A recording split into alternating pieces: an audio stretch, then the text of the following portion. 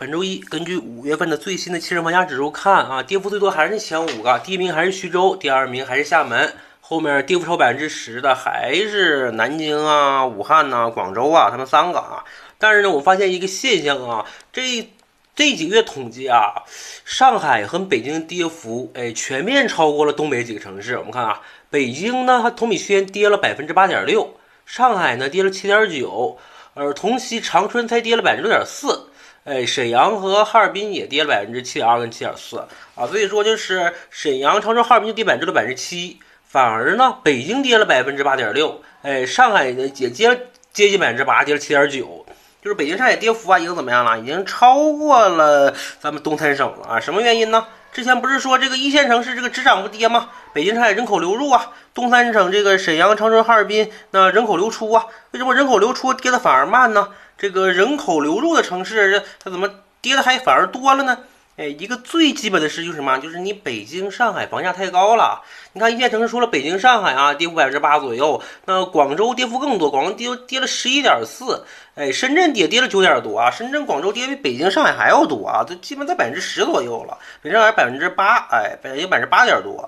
也就是说什么？你房价高啊，自然就落下来。这个房价下跌就好比什么呢？就好比是沉船啊，你船都沉了，你说我坐一等座就不沉吗？不可能啊！你北京、上海，你说你人口流入是一线城市，那你这个一起跌，你能不跌吗？你就相当于你是坐一等座，那到时候船一起沉呢，大家都一样。你不管你是几等座，到时候沉是同时沉的嘛。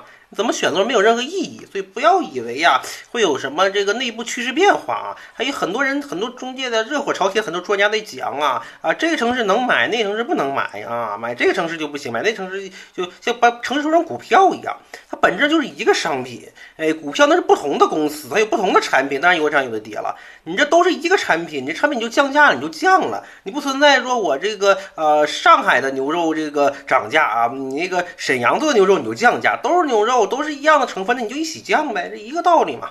因为他们之前涨得太高了，之前泡沫过大，所以跌的时候你的跌幅就多。另外还有一点啊，北京还跌幅比较晚，在21年、22年的时候它没有跌。整个的这个黑吉辽跌了很多了，所以黑吉辽基数比较低，已经是没有太多的下跌空间了啊，就是已经是到了下跌中期、中后期这个阶段了。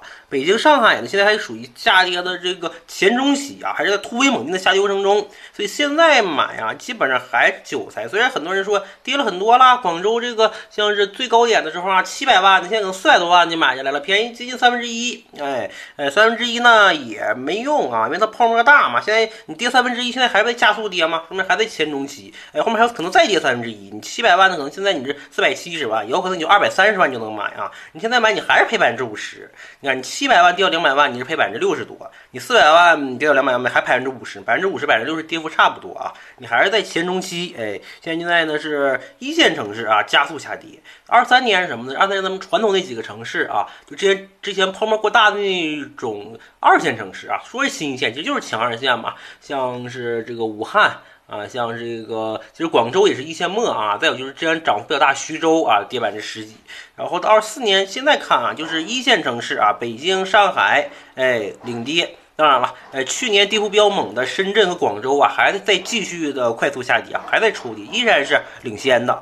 现在就是一线城市领跌，23年呢是这个那种强2线城市领跌啊，在这个21年、22年的时候是这个东北城市跌嘛，所以说你就是跌就是什么，就是螺旋式的下跌，你跌完我跌，最后跌幅都一样啊，都像我说是整体呢基本上是至少一半啊，跌到这个一半到最高点的35%之间啊，像是咱们说过上海嘛，就跌多少呢？跌到这种632嘛，市区6万嘛，外环内环以外3万嘛，外环以外就2万嘛，这些你说无数遍了。现在呢，无数的数据啊，无数的事实也印证了我几年前的说的话了。